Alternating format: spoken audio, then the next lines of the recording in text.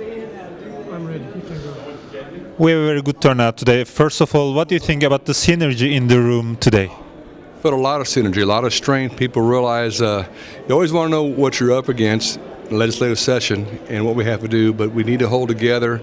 I'm looking forward to, hopefully, my number one goal is that the House and Senate give us more charters. There's a cap right now, I believe about 215. We want to increase that.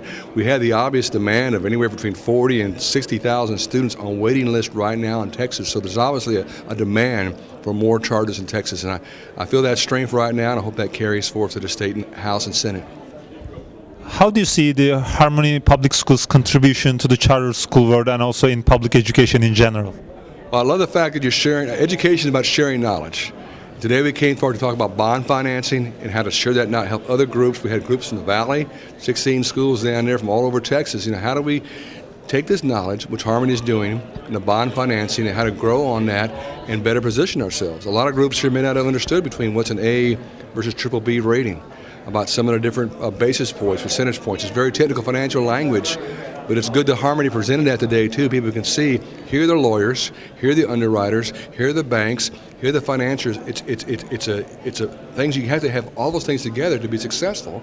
And we want everyone else to be successful. So I love education that Harmony is doing about sharing ideas and knowledge to make others successful. That's critical. As charter schools are being more and more successful, they are also making their case for the future. How do you see the charter schools' future in terms of Texas education? Well, I'll make a political leap. I think charter school is probably the first step in what's called school choice for parents, where parents have a right to choose. I think it's a major leap. I shared with the group today how when I was in Washington, D.C., some of the tapes across the country of the lotteries. The media sometimes doesn't tell the truth. They make it think like charter schools are picking and choosing. No, it's a lottery held by. We have 4 new schools opening right now. Already lotteries are ready to get in there.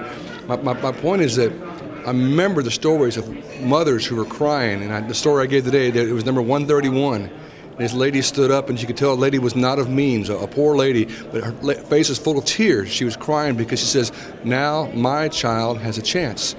From an inner school environment, a lot of tough schools, but the children, and we're hearing stories now from the Valley, where they have like a 97% rate of kids going to college, and then a 93% rate where they're staying, where they're retained in college. It's a great movement for Texas. The numbers are fantastic, and when you realize that charters are getting almost $2,000 less per child, and still able to perform these great successes, it's an incredible story, and more people in Texas need to hear that story and understand it too.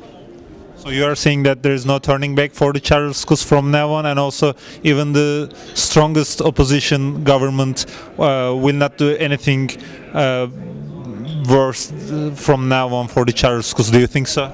I know I'm a business person. We always look for test cases, but I call them test cases, modules to see what's happening. They've proven successful. I cannot see going back. We've already had many things roll out, different rollouts of plans and ideas, different schools, different organizations, different superintendent groups, different parts of the state, and they've been successful. One thing about charters that people don't know about is that a bad charter can get closed down. If in 3 to 4 years, if you don't do your objectives, you can lose your charter. And that doesn't happen in public schools right now. So the charters that are around have been successful, and they've proven their model, the prototype, if you will, and they've copied the prototype like Harmony and other schools have done. They've copied it, been successful, copied again, successful, copied again, and that's where the growth has been, taking a successful model and keep educating that model and keep growing based on a proven working idea, a proven working model. Thank you, Mr. Mercer, for being with us today. Thank you very much, Jen. Thank you. What do I do, guys? Is that all right? Thank you.